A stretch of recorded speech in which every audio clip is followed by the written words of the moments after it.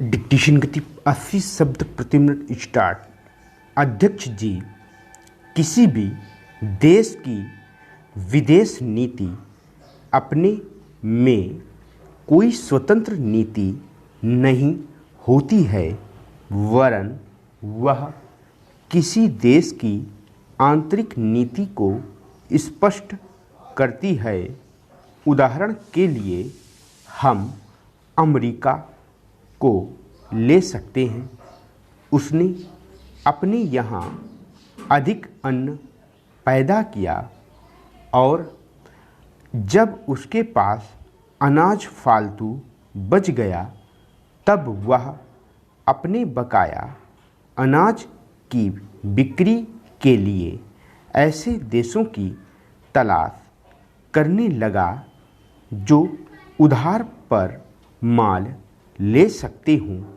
किंतु हमारी आंतरिक नीति ने यह तय किया कि खर्चीले ढंग से सरकार चलाएंगे और स्वदेशी मुद्रा की कोई राशि हमारे पास नहीं बचेगी।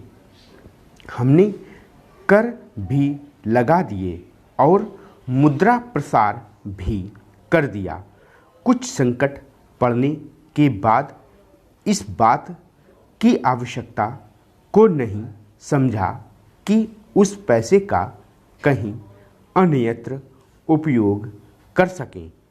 श्रीमान, मुझे माननीय प्रधानमंत्री जी के इस कथन पर दुख होता है कि दुनिया के अमीर और गरीब देशों का अंतर लगातार बढ़ता जा रहा है। मैं उनसे यह पूछना चाहती हूँ कि भारत की विदेश नीति ने उस अंतर को घटाने की क्या कोशिश की है? क्या भारत सरकार ने कभी दुनिया की पंचायत में या कहने की हिम्मत की है कि बालिग मताधिकार के आधार पर यूएनओ का चुनाव होकर एक संसद बनाई जाए? और क्या आप में यह देखने की हिम्मत है कि फौज के हिसाब से कर लगाकर एक विकास का खाता खोल दिया जाए? जो देश विकसित हैं उनके मज़दूरों का 1 घंटा हमारे देश के मज़दूरों के 100 घंटों के बराबर माना जाता है, क्योंकि उनके पास साधन है। इसीलिए यह अंतर और भी बढ़ता चला जा रहा है। किसी देश के अंदर आंतरिक नीति में अमीरी और गरीबी का अंतर बढ़ता चला जा रहा हो और वह दुनिया के देशों में विद्यमान अमीरी और गरीबी के इस अभिशाप को समाप्त करेगा, यह समझ में आने वाली बात नहीं है। अब मैं आपका ध्यान एक और बात की ओर दिलाना चाहती हूँ। पूर्व जर्मनी को मान्यता देते हमें परेशानी होती है, इसलिए कि शायद पश्चिमी जर्मनी को बुरा लगे। लेकिन पश्चिमी जर्मनी ने तो अपनी रक्षा का भार दूसरों पर छोड़ दिया है। उसने अपनी पूरी शक्ति इस बात पर लगा दी है कि अधिक से अधिक उत्पादन किया जाए। आपने जो समय दिया उसके लिए मैं आभार प्रदर्शन करता हूँ और आपका धन्यवाद करता हूँ। अध्यक्ष जी, जिस समय पाकिस्तान ने भारत पर हमला किया था, उस समय उन्होंने देश की रक्षा के लिए महत्वपूर्ण कार्य किया था। इसके साथ ही मैं मंत्री महोदय को यह भी स्मरण दिलाना चाहता हूं कि शायद उन्होंने इस पर ध्यान नहीं दिया कि इस बार जो राष्ट्रीय पुरस्कार मिले हैं उनमें रेलवे प्रशासन को केवल 2 ही प्राप्त हुए हैं, जबकि मैं ऐसा मानता हूं कि हमारी सेना के बाद अगर किसी ने युद्ध काल में सराहनीय कार्य किया है तो वह रेलवे प्रशासन अथवा रेलवे कर्मचारी और अधिकारी हैं।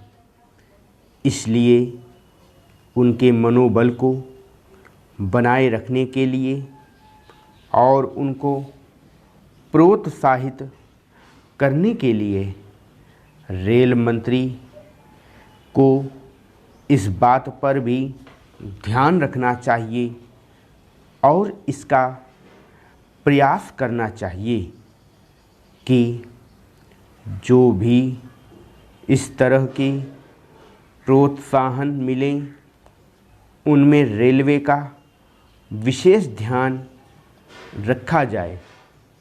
रेल मंत्री महोदय ने अपने वक्तव्य में भी रेलवे कर्मचारियों की प्रशंसा की है या उनको प्रोत्साहन दिलाया है, लेकिन यह प्रोत्साहन शांति काल में भी बना रहना चाहिए। रेलवे ने युद्ध काल में जो काम किया वह तो देश की रक्षा का महान उद्देश्य था, लेकिन उसके बाद देश के निर्माण में या गरीबी मिटाने के लिए जो युद्ध होता है उसमें भी प्रत्येक रेलवे कर्मचारी का मनोबल उसी तरीके से बना रहे, इसके लिए भी रेल मंत्री महोदय को कुछ कदम उठाने की आवश्यकता है। मैं ऐसा मानता हूं कि वह किसी भी तरीके से करे, उनका तरीका कुछ भी हो, लेकिन उनको यह करना चाहिए कि जितने भी रेलवे कर्मचारी हैं, जो भी रेलवे का मुनाफा हो उसमें वह साझेदार हों। चाहे आप उनको बोनस के रूप में कुछ दें, चाहे किसी और तरीके से दें, लेकिन हर वर्ग के रेलवे कर्मचारी को मालूम होना चाहिए कि यदि वह देश के निर्माण के संबंध में ठीक तरह से काम करेगा तो उसको पुरस्कार के रूप में या वेतन के अंश के रूप में अपने वेतन के अलावा पैसा मिलेगा। इसी प्रकार इस संबंध में मैं एक और सुझाव देना चाहता हूँ। स्वतंत्रता के बाद रेल प्रशासन भारत सरकार का प्रशासन हो गया, लेकिन यह लोकसभा एक विशेष उद्देश्य को लेकर चुनी गई है। यह उस कार्यक्रम का एक नमूना ही है। गांधी जी ने जीवन के सभी पहलुओं पर प्रकाश डाला था। धन को वे संयम से व्यय करने के हक में थे। स्टॉप। इसी तरह की और डिक्टेशन पाने के लिए हमारे चैनल को सब्सक्राइब करें, इस वीडियो को लाइक करें और ज़्यादा से ज़्यादा शेयर करें। मैं आपको इतना विश्वास दिलाता हूं कि हमारी प्लेलिस्ट में उपलब्ध सभी डिक्टेशन की यदि आप प्रैक्टिस कर लेते हैं तो इससे बाहर कोई भी शब्द की डिक्टेशन नहीं आएगी। इसलिए प्लेलिस्ट में जाकर उपलब्ध सभी डिक्टेशन की अधिक से अधिक प्रैक्टिस करें।